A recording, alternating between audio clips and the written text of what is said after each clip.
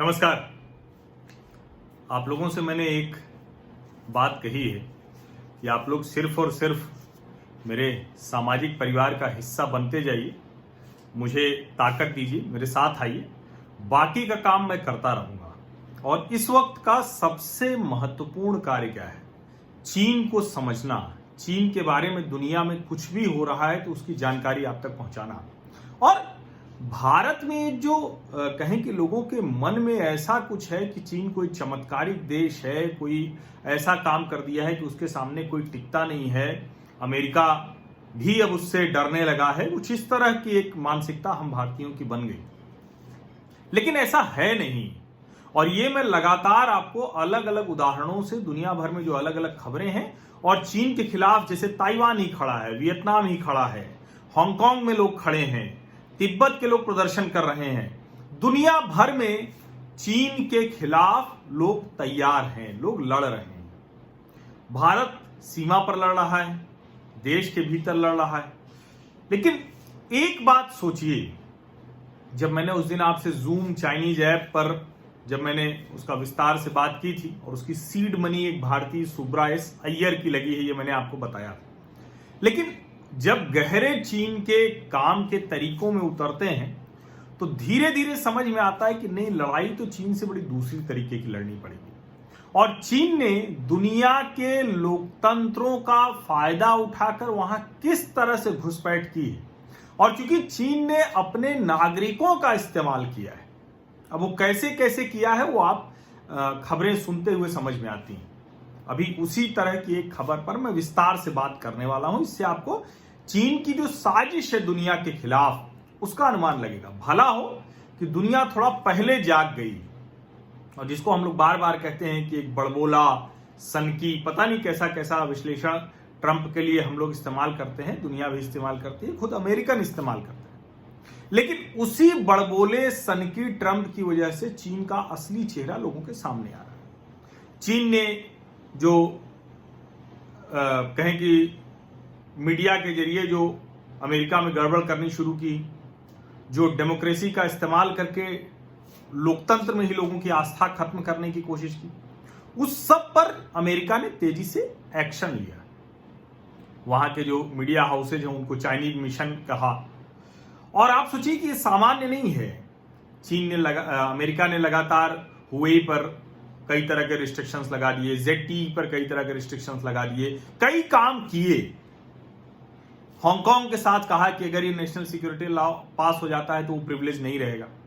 लेकिन सोचिए, भारत को पता भी चल गया, फिर भी हम UC news, UC web browser पर रोक नहीं लगा पाए, जबकि वो आए ही थे। भारतीय मीडिया में ढेर सारी कहानियां, चूंकि मेरा वास्ता उससे पड़ा था तो इसलिए मैं जानता हूं कि वो पूरी तरह से भारत विरोधी एजेंडे के साथ आया।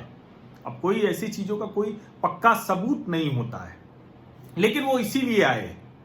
और जब मैंने आपसे कहा था जूम ऐप के बारे में कि वो चाइनीज अमेरिकन का है, 2007 में इसके जो जूम कंपनी के CEO हैं उन्होंने अमेरिका की नागरिकता ले ली। लेकिन जब मैं थोड़ा गहरे गया तो मुझे ये खतरा और बड़ा दिखने लगा। चीन की कंपनियों के जो मालिक हैं या जो CEO हैं, CFO हैं, दूसरे देशों की नागरिकता लेके जा रहे हैं वहां, और ये भी चीन की सोची समझी साजिश हो सकती है। उदाहरण के लिए अभी ताजा घटनाक्रम है कि चीन ने कनाडा के 2 नागरिकों को गिरफ्तार कर लिया। एक फॉर्मर डिप्लोमेट है, एक एंटरप्रेन्योर है, दोनों माइकल हैं। और अभी चीन के विदेश मंत्रालय के प्रवक्ता झाओ लिजियान, अब कुछ और नाम हो तो कर लीजिएगा, मैं इसमें बहुत नहीं पढ़ता, चीन के विदेश मंत्रालय के प्रवक्ता हैं झाओ लिजियान। अब लिजियान साहब को भारत के लोग आजकल इसलिए बहुत ज्यादा जान रहे होंगे क्योंकि वो ढेर सारे बयान देते रहते हैं गलवान घाटी को लेकर, लद्दाख को लेकर और अलग अलग इलाकों को लेकर, और भारत उनको लगातार तमाचे मारते रहता है। लेकिन उनकी आदत नहीं सुधरेगी, वो चीन की आदत वैसी है। वो जो 2 नागरिक पकड़े गए, उनके ऊपर चीन ने जासूसी का आरोप लगाया है। जासूसी का आरोप लगाकर कनाडा के 2 नागरिक पकड़े गए। तो कुछ रिपोर्ट्स आई, कुछ विश्लेषकों ने कहा कि दरअसल ये चीन ने प्रतिक्रिया में किया है, और अगर ये झाओ लिजियान का बयान नहीं आता तो शायद ये साबित भी नहीं होता, इसका कोई प्रमाण तो है नहीं। जो कनाडा ने अमेरिका की प्रत्यर्पण संधि के आधार पर फ्रॉड के मामले में चीन की सबसे बड़ी निजी कंपनी हुवेई के मालिक की बेटी, यानी मालकिन हो गई, वो राजकुमारी की तरह का दर्जा है चीन में, उनको गिरफ्तार किया वैंकूवर एयरपोर्ट पर, जो उसकी वजह से यहां 2 कनाडा के नागरिकों को चीन गिरफ्तार कर लेता है और लंबे समय तक वो नहीं बताता है। अब झाओ लिजियान कह रहे हैं कि अगर कनाडा अपनी न्यायिक व्यवस्था में थोड़ी ढील दे दे, और वो कह रहे हैं कि ये तो बहुत आसान है, प्रधानमंत्री कर सकते हैं, विधि मंत्री कर सकते हैं। अब आप सोचिए, क्योंकि चीन में ये सब आसान है, जो सीसीपी चाइनीज कम्युनिस्ट पार्टी तय कर लेती है वो हो जाता है। तो सीसीपी और पीएलए ये एक ही है, वो देश नहीं है, वो चाइनीज कम्युनिस्ट पार्टी और पीएलए के अंदर है। जो भी लोकतंत्र समर्थक चीनी नागरिक हैं वो बेचारे, उनके सारे अधिकार छीन गए। और जो सीसीपी और पीएलए की साजिश का हिस्सा बनते हैं, वो कोई कभी जाके अमेरिका की नागरिकता ले लेता है, कोई कभी जाके कनाडा की नागरिकता ले लेता है, कोई हांगकांग की नागरिकता ले लेता है। और ये सब के सब सिर्फ हांगकांग की तरह, स्वायत्त हांगकांग की तरह, ऑटोनोमस रीजन की तरह, ये सिर्फ चीन का एक मुखौटा है। असली चीन चाइनीज कम्युनिस्ट पार्टी और पीएलए। अब हुवेई की जो मालिक की बेटी, यानी मालकिन, जो chief financial officer, deputy chairwoman of Huawei, Meng Wanzhou, अब ये जो भी नाम हो इसको समझ लीजिए, मेंग हम कह लेते हैं, MENG, सबसे आसानी से मैं वही नाम बोल पाऊंगा। तो इनको दिसंबर 2018 को वैंकूवर इंटरनेशनल एयरपोर्ट पर कनाडा की पुलिस ने पकड़ा। क्यों पकड़ा? अमेरिका ने कहा कि फर्जीवाड़ा किया है हुवेई ने, और ढेर सारे ऐसी प्रतिबंधित मल्टीनेशनल कंपनियों के साथ कारोबार किया, पैसे का लेन देन किया, जिनके ऊपर प्रतिबंध लगा हुआ है, ईरान को मदद की, ये सब आरोप उनके ऊपर हैं। कब गिरफ्तारी हुई? 1 दिसंबर 2018 को, जब अर्जेंटीना में शी जिनपिंग और डोनाल्ड ट्रंप मिल रहे थे।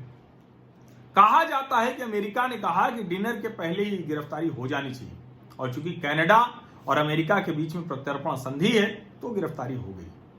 लेकिन कनाडा का एक जस्टिस सिस्टम है, जुडिशियल सिस्टम है, और इसको लोग कहते हैं कि आप कुछ भी कहिए, लेकिन वेस्ट का जुडिशियल सिस्टम बाकायदा काम करता है। उसमें आप बहुत ज्यादा घाल मेल नहीं कर सकते, बड़े बड़े लोग जेल जाते हैं। हालांकि भारत के जुडिशियल सिस्टम का भी कमाल है कि एक से एक लोग जेल जाते हैं, अभी भी जा रहे हैं, जाएंगे। जो मेंग की गिरफ्तारी हुई, अब झाओ लिजियान कह रहे हैं कि आप मेंग को छोड़ दीजिए और हम आपके 2 कनाडाई नागरिकों को छोड़ सकते हैं। दोनों माइकल की रिहाई हो सकती है। क्या नाम है उनके? माइकल कोवरिंग, ये फॉर्मर डिप्लोमेट है, और माइकल स्वेयर, ये उद्योगपति। अब आप इसी से समझिए कि चीन किस तरह की हरकत करता है। मेंग अगर कनाडाई नागरिक हैं तो उनके लिए चीन इतना क्यों परेशान है? क्योंकि मेंग तो 2001 में कनाडा की नागरिक बन चुकी थी, वैंकूवर की, और 2011 में हांगकांग की भी परमानेंट रेजिडेंसी ले ली है। आप जरा ये समझिए, इस साजिश को, इस बड़ी साजिश को ठीक से समझिए। और ये जो हुवेई है, ये चीन की सबसे बड़ी निजी कंपनी है। चीन में हुवेई को ये माना जाता है कि कम्युनिस्ट पार्टी की फंडिंग, कम्युनिस्ट पार्टी में यहां तक कि जो स्थानीय स्तर पर जनरल सेक्रेटरीज होते हैं उनको भी रखवाने का काम हुवेई करती है। कई लोग ये भी कहते हैं, वहां की रिपोर्ट्स कहती हैं कि जो मेंग के पिताजी हैं, रेन झेंगफी, ये जो है, ये चाइनीज कम्युनिस्ट पार्टी के, कहें कि उनके जो काम है उसी के लिहाज से दुनिया भर में करते हैं। और चूंकि टेक्नोलॉजी कंपनी है हुवेई, दुनिया भर में सब जगह डिजिटल सिक्योरिटी, तो जो एक तरह से कहें कि सर्विलांस के तौर पर हुवेई का इस्तेमाल चीन की कम्युनिस्ट पार्टी कर रही है। अब ये समझने में ज्यादा मुश्किल नहीं हो रही होगी आपको। और इसीलिए जो कनाडा के 2 नागरिकों को पकड़ा जाता है, कहा जाता है कि जासूसी का आरोप है। अगर चीन के खिलाफ वो जासूसी कर रहे थे तो फिर उनकी गिरफ्तारी हुई, उनके न्यायिक प्रक्रिया चलाइए। हालांकि कोई न्यायिक प्रक्रिया चीन में तो है नहीं, वो तो तानाशाह देश है, क्रूर निर्दयी तानाशाह है, वामपंथी पार्टी चलाती है उसको, लेकिन फिर भी आप करिए उसको और जो भी जस्टिस हो वो दीजिए। लेकिन वो कह रहे हैं कि मेंग को छोड़ दीजिए। भाई कनाडाई नागरिक मेंग से चीन का क्या लेना देना, लेकिन वो चाइनीज कम्युनिस्ट पार्टी की एक तरह से एजेंट है। हुवेई चाइनीज कम्युनिस्ट पार्टी का डिजिटल थ्रेटनिंग सिस्टम है। क्या है ये? टेक्नोलॉजी सपोर्ट सिस्टम नहीं है, डिजिटल थ्रेटनिंग सिस्टम है। ये सर्विलांस कर रहे हैं दुनिया भर में, और इसीलिए मैं इसके प्रमाण नहीं, और मैं नहीं जानता हूं कि जूम के जो सीईओ हैं उन्होंने अमेरिका की नागरिकता क्यों ले ली, या कहें कि क्या पिछले 2 दशक में चाइनीज कम्युनिस्ट पार्टी ने दुनिया के अलग अलग लोकतंत्रों में अपनी कंपनियों के सीईओ सीएफओ की नागरिकता ही इसीलिए दिलाई? क्या ऐसा भी है? अब ये तो बहुत साफ है कि भारत में भी कई कंपनियों में हांगकांग और सिंगापुर के जरिए चीनी कंपनियां निवेश कर रही, तो इसको बहुत ठीक से समझने की जरूरत है। और ये जो साठगांठ है चाइनीज कम्युनिस्ट पार्टी और हुवेई के बीच में, ये सिर्फ एक कंपनी का मसला नहीं है, जितनी भी कंपनियां हैं। अब भले हुए ये बयान दे कि हमारा पीएलए और सीसीपी से कोई लेना देना नहीं है, लेकिन ईरान को तकनीक बेची है, फर्जी वाड़े का आरोप है। आप खुलेआम करिए ना जो करना है। जो वहां आरोप लगा हुआ है उसमें ट्रेड सीक्रेट थेफ्ट ये आरोप है। साबित हो गया तो 10 वर्ष की जेल होगी मेंग को कनाडा में। Charged with conspiracy to defraud multiple international institutions. इसका आप समझिए कितना खतरनाक काम किया है। और बीच में जब उनको 3-4 दिन की जमानत मिली थी मेंग को, तो $10 मिलियन की बेल थी वो। और जो एक जरूरी बात समझिए, ये जो इलेक्ट्रॉनिक सर्विलांस से कर रही हैं, जब इनको जमानत मिली तो इनकी भी इलेक्ट्रॉनिक सर्विलांस के साथ जमानत दी गई, वो शर्त थी उसमें। और इनके पासपोर्ट को जब रखा गया तो ये कनाडा के नागरिक हैं, हांगकांग के नागरिक हैं, और चीन ने इनको जो पासपोर्ट दिया हुआ है, जो चीन के लोग पॉलिसी अफेयर्स देख रहे होते हैं, जो चीन के लोग कम्युनिस्ट पार्टी के एजेंडा को लेकर दुनिया भर में घूमते हैं, वो वाला पासपोर्ट है मेंग के पास। तो आप इसको समझिए कि ये कितना खतरनाक तरीके से चीन काम कर रहा है। और कनाडा के उन नागरिकों को पकड़ा, उन पर जासूसी का आरोप लगा दिया। अब झाओ लिजियान कह रहे हैं कि भाई प्रधानमंत्री और जस्टिन ट्रूडो जो प्रधानमंत्री हैं कनाडा के, उन्होंने साफ कह दिया कि हम न्यायिक प्रक्रिया में दखल नहीं दे सकते। झाओ लिजियान करेंगे, विधि मंत्री कर सकते हैं, ये कौन सी बड़ी बात है? क्योंकि तानाशाहों को शासन का तरीका नहीं पता है लोकतंत्र, वहां जुडिशियल सिस्टम की जो अपनी ऑटोनॉमी है, और इसीलिए वो हांगकांग को भी जुडिशियल सिस्टम की जो ऑटोनॉमी है उसको खत्म कर रहे हैं। जो थियानमेन चौक पर किया वो हांगकांग में करने की कोशिश कर रहे हैं। इसलिए दुनिया सतर्क है, सचेत है, लेकिन उसे प्रतिकार तेज करना चाहिए।